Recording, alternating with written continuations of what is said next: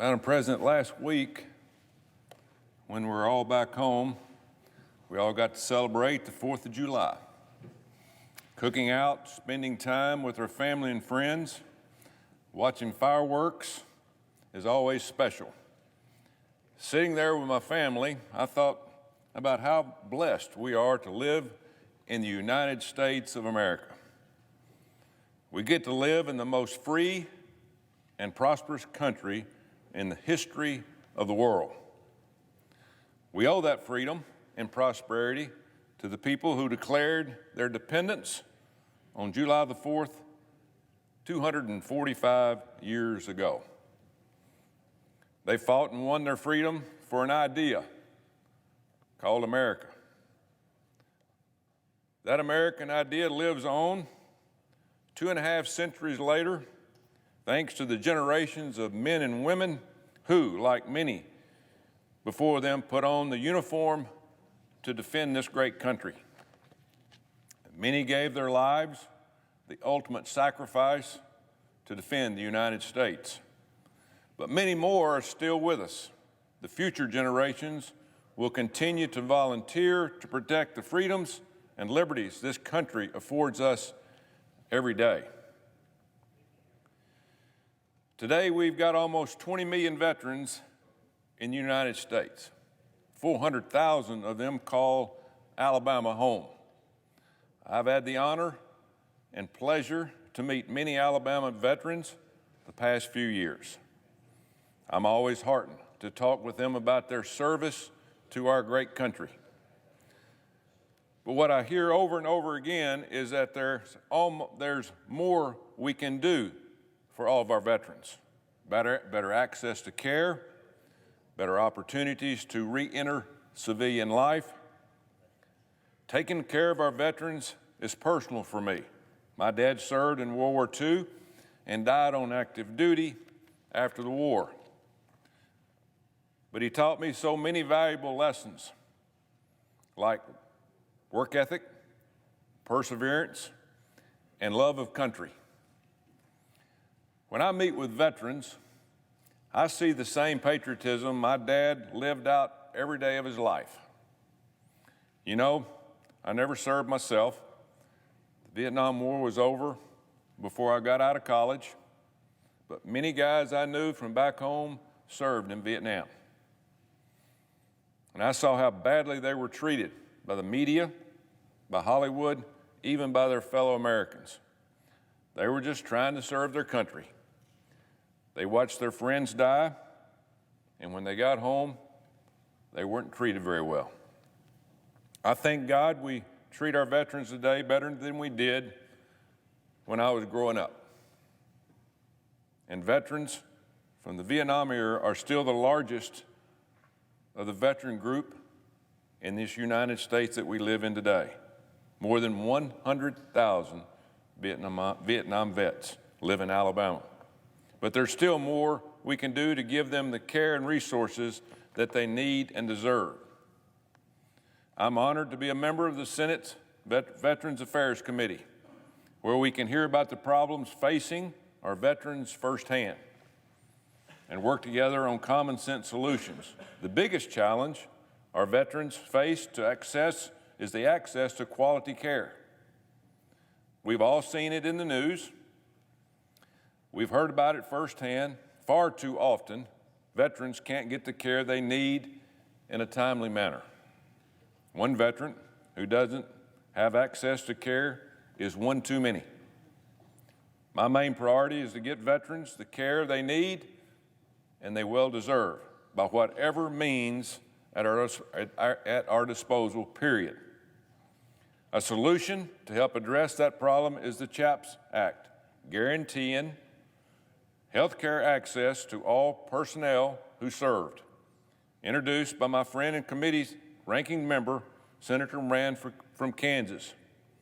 The GAPS Act would identify persistent gaps that veterans face and would help craft innovative solutions to make certain all veterans receive quality and timely care, especially our veterans living in rural areas. The bill would also direct the VA to create a telehealth strategic plan so that we can use modern methods to improve access to care.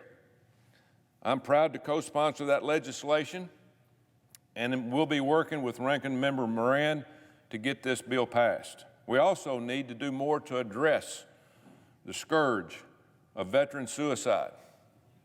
It's absolutely tragic that more than 18 veterans take their own life every day. I partner with groups like Americans Warrior Partnership, who are gathering data on veteran suicide across the country to determine how we can combat this terrible epidemic, leveraging both the VA and community resources. At the same time, we must do more to make additional treatments available to veterans who haven't had access to being treated for traumatic brain injuries or post-traumatic stress disorder. One step we can take is to pass my bill, the HOBT Access Act. HBOT stands for Hyperbaric Oxygen Therapy. My bill would permit HBOT as a treatment option for those veterans who have tried other evidence-based treatment options for TBI or PTSD, but have not seen substantial improvement. I've heard from veterans and veteran services organizations who point to HBOT as a treatment that's produced positive results for individuals suffering from severe head and brain injuries. Many former football players, including ones who played for me, found success with HBOT in treating their head injuries after suffering from concussions. HBOT is already approved by the Food and Drug Administration as a treatment option for more than a dozen different conditions, including severe burns, infections, and decompression sickness. But the FDA does not recognize HBOT as an approved treatment option for TPI or PTSD, meaning veterans can't receive this care at the VA facilities or elsewhere and must pay for it out of their own pocket if they do use it. My bill would change that. If veterans are saying they have improved after using HBOT, and if veteran service organizations have seen some similar success, I say we listen to them. We should not leave quality options on the table while the veteran suicide crisis worsens. I want to thank my colleagues, Senator Hoeven and Kramer, as well as the American Legion and the Patriot Angels for supporting this important legislation. I hope my fellow colleagues will join me in passing this common sense bill. Finally, we need to improve resources for veterans to find jobs after their service in the military. Too many face unnecessary hurdles in rejoining civilian life. They have some of the best skills you can ask for. Yet sometimes our veterans, like so many others, can fall prey to addiction, homelessness, or just flat out down on their luck. Thankfully, we've got quality organizations that are doing good work helping veterans in need. One of these organizations is 3 Hots and a Cot, based in Clay, Alabama. 3 Hots is a small nonprofit organization founded by veterans for veterans. They get the funding mostly through donations, but also through a Veterans Affairs supportive housing grant from the U.S. Department of Housing and Urban Development. 3 Hots offers temporary assisting housing to 18 veterans at a time.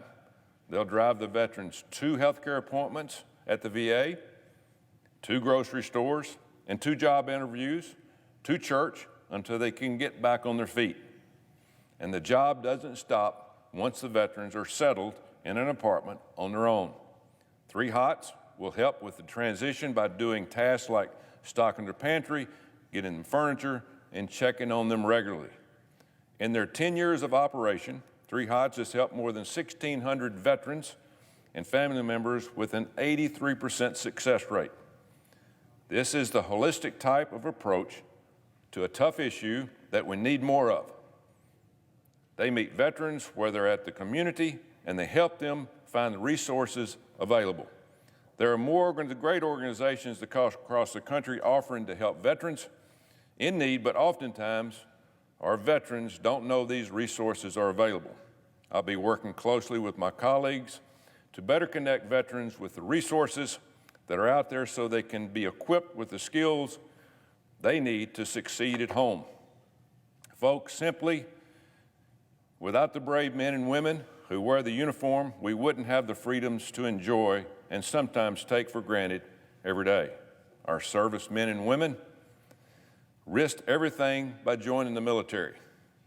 The least we can do is to repay their service and sacrifice by taking care of them when they return home to the country they gave so much to defend.